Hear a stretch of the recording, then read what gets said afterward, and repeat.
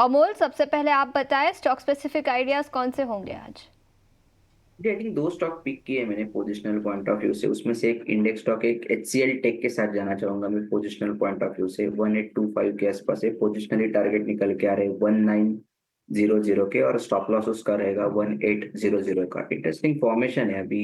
Major अगर हम broader texture अगर देखते हैं तो स्टॉक अभी भी स्टॉक का टेक्सचर बुलिश साइड पे बना हुआ है। जरूर करेक्शन में आज चला नहीं है स्टॉक, बट गिरा भी नहीं है। On the flip side 50 day simple moving average के पास ट्रेड हो रहा है। अगर ये स्टॉक में टेक्निकल बाउंस बैक आता है तो ये आने वाले दिनों में अच्छा परफॉर्म कर सकता है।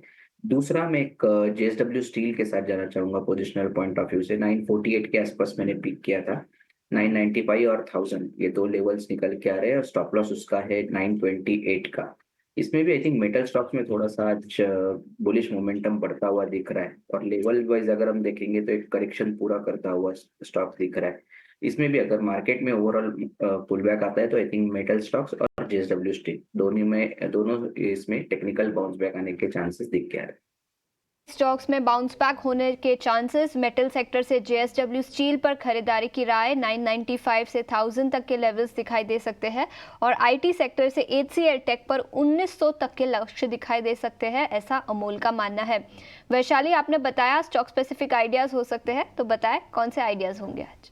तो आप देखेंगे broad base actually hotel industry stocks के सेक्टर के स्टॉक्स काफ़ी अच्छे परफॉर्म कर रहे हैं। तो हमने देखा है फ्रंट लाइन में इंडियन होटल ने ऑलरेडी एक अच्छा सा रनअप दिया है। तो जिनके पास है वो ज़रूर होल्ड करके रखें। But in fact even cash category में आप देखेंगे लेमन ट्री जो टेक्निकली वेरी वेल प्लेस्ड है, 123 का प्राइस चल रहा है। सो 110 का नियर टर्म सपोर्ट रहेगा। और ये स्टॉक पोजिशनल ट्रेड के लिए 140 150 के टारगेट्स के लिए मुझे ये स्टॉक सही लग रहा है। दूसरा एक स्टॉक है जो है क्रॉस, ब्रेकआउट भी दे चुका है, स्टॉक में इनहेरेंट स्ट्रेंथ दिख रही है। सो ऐसे माहौल में आई थिंक स्टॉक्स जिसमें एक पैटर्न बन रही हो, कन्विक्शन हो और वॉल्यूम भी बने, सो आई थिंक क्रॉस में ध्यान दिया जा सकता है। ग्रेजुअली ये हायर टॉप हायर बॉटम भी बना रहा है, और आज हमने देखा कि नियर टर्म रेजिस्टेंस को भी पार कर रहा है। सो फिलहाल ये प्राइस है 222।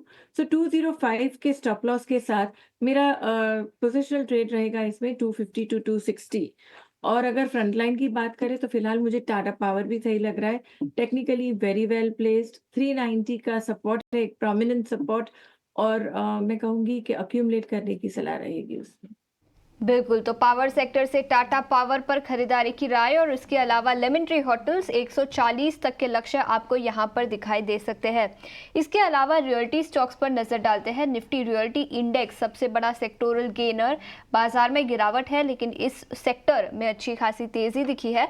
1.5% से ज्यादा की तेजी के साथ कारोबार। प्रेस्टीज एस्टेट्स, ब्रिगेड एंटरप्राइजेस और फीनिक्स मिल्स ये कुछ स्टॉक्स है जहां पर 2.5 से 4.5% की तेजी आज दिखी है। अमोल, क्या नजरिया रहेगा इन रियल्टी स्टॉक्स पर, प्रेस्टीज, ब्रिगेड और फीनिक्स?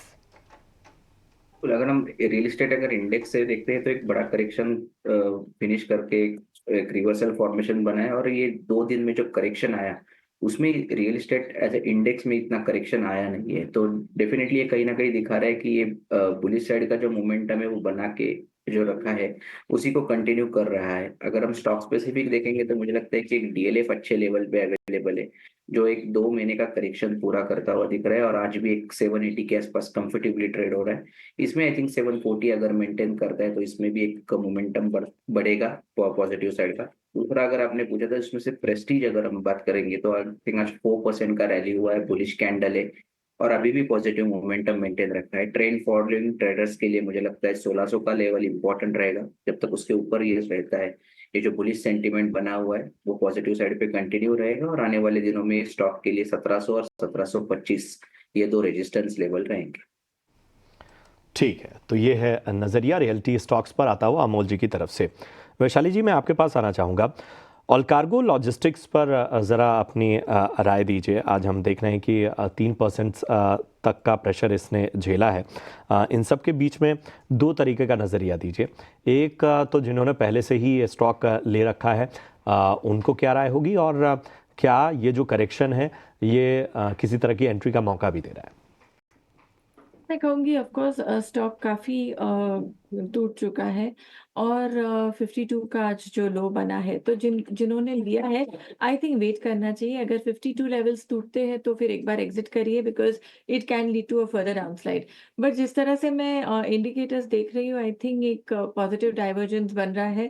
दैट मीन्स दैट एक सेलिंग में काफ़ी स्ट्रेंथ वीक होने लगी है, तो आई थिंक यहाँ से बाउंस आने की उम्मीद रखी जा सकती है। और जिनको फ्रेश बाइंग करनी है, आई थिंक एक 50 के स्टॉप लॉस के साथ इसमें एक स्मॉल ट्रेडिंग स्टार टारगेट मतलब 58 के बाउंस बैक के लिए तो कर सकते हैं। बाकी देखते हैं आगे 58 को अगर क्रॉस करता है, ये भी सही रहा, तो आई थिंक उसके बाद we can have a relook. बहुत सारे सेक्टर स्टॉक्स पर चर्चा हुई है, कई अहम सेगमेंट भी हम आपके सामने लेकर आए जहां पर एक्सपर्ट के जरिए आपने कमाई के मौके जाने। चलिए इन सब के बीच में आज ज़रा हम चर्चा कर लेते हैं पीएसयू बैंकिंग स्टॉक पे। जी हाँ, आज देखिए साफ तौर पर प्रेशर जो है वो इस पॉकेट पर हमें देखने को मिल रहा है। आप देखिए कि जो पीएसयू बैंकिंग इंडेक्स है उसमें 2.5% की इस वक्त हमें प्रेशर देखने को मिल रहा है। पंजाब नेशनल बैंक हो, बैंक ऑफ बड़ौदा हो, दिग्गजों में एसबीआई, जी हाँ, एक करेक्शन के बाद उछाल आया था लेकिन एसबीआई अब 800 के भी नीचे जा चुका है, 782 के स्तर पे पहुंच चुका है। कैनरा बैंक हो, बैंक ऑफ इंडिया हो, सेंट्रल बैंक, यूनियन बैंक, सभी 2, 2.5, 3% तक टूट चुके हैं। तो अमोल, मैं आपके पास आना चाहूँगा, पीएसयू बैंकिंग स्टॉक में क्या रणनीति बनाई जाए, खासतौर पे एसबीआई पे राय दीजिए, क्योंकि बीच के करेक्शन में एंट्री का मौका लोगों ने देखा था, फिर हमने देखा था कि 804-5 के स्तर के बाद 812-13 एक बार फिर उछाल मारा, एक लग रहा था मोमेंटम बनेगा, लेकिन आज तो पूरा पॉकेट ही इस वक्त धराशायी। आपने बिल्कुल सही कहा, आज पूरा इंडेक्स भी पीएसयू बैंक में थोड़ा सा दबाव देखने को मिल रहा है। बट अगर हम थोड़ा सा ब्रॉड व्यू देखते हैं, अगर लेवल्स के हिसाब से देखते हैं, तो एसबीआई के बारे में अगर हम स्पेसिफिक देखते हैं तो स्टॉक एक ट्रायंगलिक फॉर्मेशन में, तो दोनों तरफ के मूवमेंट स्टॉक में हो रहे हैं। और ये आई थिंक आज के इनिशियल मॉर्निंग फॉल के बाद वापस स्टॉक ने एक पॉज लिया है, थोड़ा सा बाउंस बैक किया है। मुझे लगता है ये ट्रायंगल फॉर्मेशन ही कंटिन्यू रहने के चांसेस फिलहाल तो अभी चार्ट्स पे दिख के आ रहे। लेवल वाइज अगर मैं देखता हूँ तो 773 और 765 ये दो इंपॉर्टेंट लेवल रहेंगे। डेली और वीकली सपोर्ट्स भी वही दिख के आ रहे हैं। अगर वही लेवल सस्टेन होते हैं तो इसमें भी एक टेक्निकल बाउंस बैक आने वाले दिनों में देखने को मिल सकता है। बट फिलहाल अगर हम देखते हैं तो वेट एंड वॉच का ही सेटअप है, वेट करना पड़ेगा। बट ये लेवल्स अच्छे हैं, अगर यहाँ पे सस्टेन होता है तो एसबीआई में भी रिकवरी आ सकती है। और दूसरा उसके साथ मैं एक ऐड करना चाहूंगा, पीएनबी भी एक काफी सिमिलर फॉर्मेशन में, इसमें भी एक ट्रायंगल फॉर्मेशन एक बड़े करेक्शन के बाद, तो उस पर भी ध्यान रहेगा 94 के लेवल तक। अगर वो लेवल सस्टेन होते हैं और मार्केट रिवर्सल होता है तो पीएसयू बैंक में भी उसमें कंट्रीब्यूट कर सकते हैं। तो एसबीआई और पीएनबी, थोड़ा सा धैर्य आपको यहाँ पर दिखाना होगा, और जिन लेवल्स का जिक्र किया अमोल ने उसका भी विशेष रूप से आपको ध्यान रखना होगा। इन सब के बीच में ऑयल एंड गैस सेक्टर पर भी दबाव हम आज देख रहे हैं। रिलायंस इंडस्ट्रीज दिग्गजों में आज 1% तक फिसलता हुआ नज़र आ रहा है। आईजीएल, एमजीएल में भी 1 से 2% की गिरावट है। ओएनजीसी, हिंद पेट्रो और ऑयल इंडिया में भी हम इस वक्त गिरावट देख पा रहे हैं।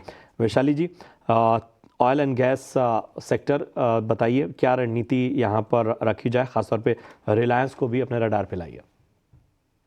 की बात करें तो ऑफ कोर्स थोड़ा करेक्शन लग रहा है यहीं से भी, बट एमजीएल, आईजीएल और गुजरात गैस में देखा जाए तो आई थिंक एक यहाँ से काफ़ी करेक्टिव मूव आ चुका है, तो यहाँ से एक बाउंस बैक की एक्सपेक्टेशन कर सकते हैं। सो आज के लो के साथ इसको एक रिवर्सल ट्रेड के लिए, जस्ट स्मॉल ट्रेडिंग स्ट्रेटजी के लिए ये सब स्टॉक्स में ट्राई कर सकते हैं। ठीक है, तो